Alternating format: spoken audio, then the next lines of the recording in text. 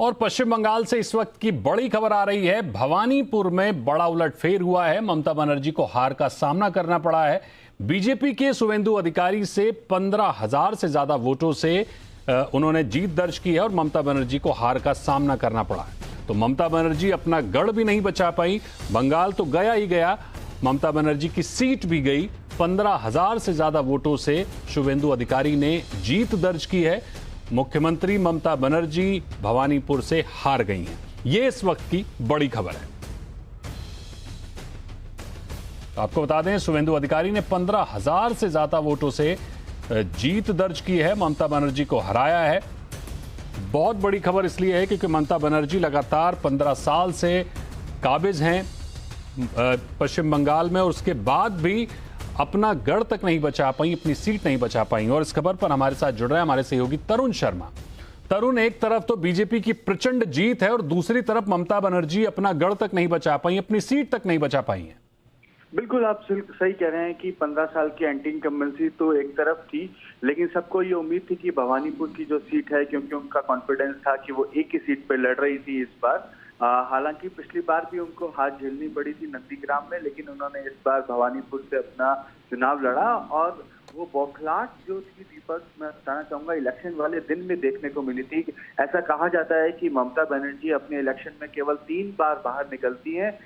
एक जब उनको चुनाव का नॉमिनेशन भरना होता है, दूसरा तब जब वो चुनाव आप मैनिफेस्टो आता है, और तीसरे दिन जब चुनाव की जो प्रक्रिया होती है वो खत्म होने वाली होती है, उस दिन वो अपनी एक रैली करती है। लेकिन इस बार वो जिस दिन वोटिंग थी उस दिन सुबह से ही हर बूथ पे जाके अपने कार्यकर्ताओं का हौसला अफजाई कर रही थी। तो उनको एक अंदेशा था कि इनको एक बड़ा कंपटीशन भवानीपुर में मिल रहा है शुवेंदु अधिकारी से।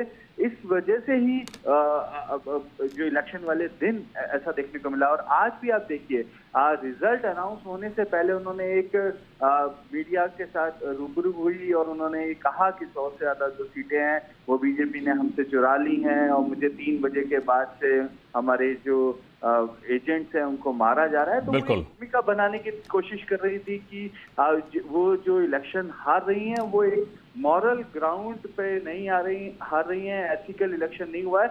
लेकिन इलेक्शन कमीशन के जिस हिसाब से प्रधानमंत्री नरेंद्र मोदी ने भी कहा कि इस बार का जो इलेक्शन हुआ है वो सबसे कम घटनाएं यहाँ पे सुनने को मिली हैं इस बंगाल में, और 2 फेज के अंदर इलेक्शन हुआ है। ये इलेक्शन कमीशन की एक बड़ी उपलब्धि है कि उन्होंने इतने बिल्कुल 2 फेज में ही इलेक्शन पूरा किया और काफी शांतिपूर्ण तरीके से ये इलेक्शन हुआ। बिल्कुल तरुण, बड़ी अहम बात आपने कही। ममता बनर्जी लगातार आरोप लगा ही रही हैं। अभी थोड़ी देर पहले भी हमने उनको सुना कि 3 बजे के बाद उन्होंने कहा कि उनके कार्यकर्ताओं के साथ मारपीट की गई, उनके एजेंट को अंदर जाने नहीं दिया गया और उनको खुद को अंदर जाने नहीं दिया गया। बड़ी अहम बात है, ममता बनर्जी अपना गढ़ तक नहीं बचा पाई हैं। इससे साफ जाहिर होता है कि उनके खिलाफ लोगों का कितना आक्रोश था, लोगों की कितनी नाखुशी थी, जिसकी वजह से ममता बनर्जी को हार का सामना करना पड़ा।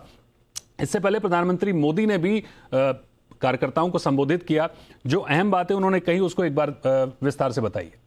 बिल्कुल, जो प्रधानमंत्री नरेंद्र मोदी का एक रिचुअल है, जब भी वो चुनाव जीतते हैं, चाहे लोकसभा के चुनाव हो चाहे विधानसभा के चुनाव हो, वो अपने कार्यकर्ताओं को हौसला अफजाई करने जो बीजेपी का हेडक्वार्टर है वहां पे आते हैं।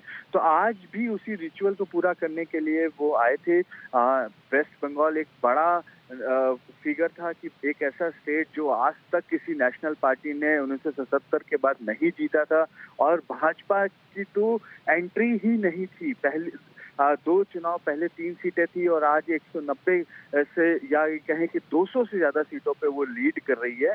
तो ऐसे में उनका आना लाजमी था। उन्होंने कहा कि जो ये जीत है ये कार्यकर्ताओं की जीत है। और एक बात जो उन्होंने कही कि हमें विकास की राजनीति करनी होगी। देखिए, जो बंगाल के अंदर जो हुआ ये एक रिफ्लेक्शन है कि यदि आप विकास की बात नहीं करेंगे, आप पॉजिटिव एटीट्यूड के साथ चुनाव नहीं लड़ेंगे, तो वो जीत मिल पाना काफी मुश्किल है। तो ऐसे में, और असम उन्होंने रिपीट किया, पुडुचेरी उन्होंने रिपीट किया। तो 2 ऐसे स्टेट थे जहां पे बीजेपी रिपीट कर रही थी और एक स्टेट ऐसा था जहां पे बीजेपी अपना एक हिस्टोरिक विन बना रही थी। तो ऐसे में उन्होंने ये भी बताया कि कौन कौन सी योजनाएं हैं जिनको पहले चरण में पूरा किया जाएगा। जो मुद्दे लेके वो चुनाव में गए थे, चाहे आयुष्मान भारत का हो, लॉ एंड ऑर्डर की सिचुएशन हो, फॉरेन इन्फिल्ट्रेशन हो, इन तीनों ही मुद्दों पे उन्होंने चर्चा की। उन्होंने बताया कि हमारा ये प्राइम फोकस है, सबसे पहले हम इन पे काम करेंगे। इसके साथ साथ मैं आप दर्शकों को बताना चाहूंगा कि जो बीजेपी के नए अध्यक्ष नितिन नवीन, उनका ये पहला चुनाव था अध्यक्ष के तौर पे। अभी बिहार के चुनाव तक तो वो खुद चुनाव लड़ रहे थे और अब उनको बीजेपी का अध्यक्ष बनाया गया। तो ऐसे में उनका जो स्ट्राइक रेट है वो भी उस पर भी चर्चा की गई कि उनकी अध्यक्षता में किस टीम वर्क का जो काम हुआ वो उसके बारे में बताया गया। लेकिन दीपक, मैं एक चीज को और हाईलाइट यहाँ पे करना चाहूंगा कि बंगाल के अंदर जो फ्रैक्शनलिज्म था बीजेपी में, जो हमने 2021 के चुनाव में देखा था, अलग अलग लोग अलग अलग बीजेपी के अंदर ही बात कर रहे थे, इस बार उस चीज को कंट्रोल किया बीजेपी ने, जिसका फायदा उनको यहाँ 2026 के चुनाव में मिला। और ये भी एक बात देखने की है कि 2021 में जब चुनाव हार गए थे तो कंसिस्टेंसी उन्होंने अपने वर्कर पे रखी, अपने काम में रखी, और जिसका सीधा फायदा उनको 200 से ज्यादा सीटों पे मिला है। एक बड़ा अचीवमेंट है कि आप 3 सीट 10 साल पहले थे और आज आप 200 से ज्यादा सीटों के साथ सरकार बना। बिल्कुल, बड़ी अहम बात आपने कही, कहा 3 सीट, उसके बाद 77 सीटें और उसके बाद 207 सीटों का आंकड़ा। पश्चिम बंगाल में बीजेपी का जो जोश था वो हाई होता हुआ दिखा। प्रधानमंत्री मोदी के भाषणों में भी वो नजर आया। इंपॉर्टेंट तो पश्चिम बंगाल रहा ही रहा तरुण, लेकिन इसके साथ हमने असम में भी देखा शानदार जीत हिमंता बिस्वा शर्मा ने दर्ज की है।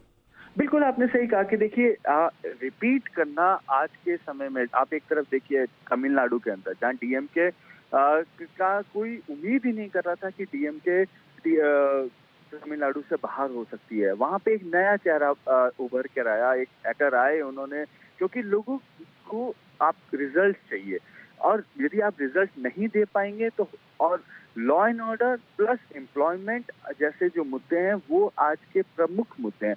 हालांकि तमिलनाडु में वैसी सिचुएशन नहीं थी, लेकिन लॉ एंड ऑर्डर एक बड़ी समस्या थी, इस वजह से वहां से डीएमके है वो हार गई। लेकिन असम के अंदर एक कंट्रोल वे में काम हुआ, इंफ्रास्ट्रक्चर में काम हुआ। सेमीकंडक्टर जैसी जो फैक्ट्रीज हैं वो यदि पहले चरण में असम में लग रही हैं।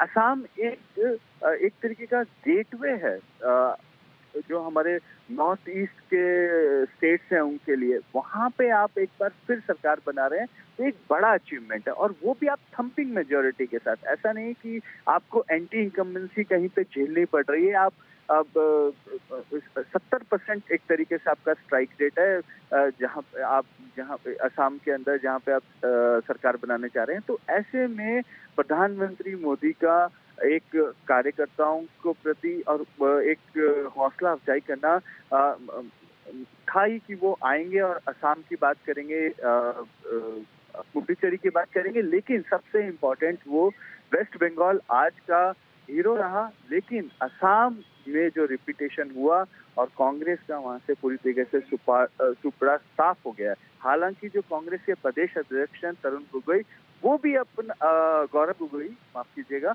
वो भी अपना चुनाव हार गए हैं और 25,000 वोटों से वो अपना चुनाव हारे हैं। एक विधानसभा के अंदर 25,000 वोट से हारना एक बहुत बड़ी हार के अंदर आता है। तो अब जो एक नॉर्थ ईस्ट का जो पूरा पैच था, उसमें एक स्टेट वेस्ट बंगाल ही था जो बीजेपी के पास नहीं था, और अब वो भी बीजेपी के पास आ गया है। तो हो सकता है कि जो अभी तक का जो फोकस है, प्रधानमंत्री मोदी ने या ये कहें कि 2014 के बाद एक नया मंत्रालय तैयार कर दिया कि जो केवल और केवल नॉर्थ ईस्ट पे ध्यान देता है। आपने कही तरुण, क्योंकि नॉर्थ ईस्ट का फोकस प्रधानमंत्री का लगातार दिखता ही रहा है।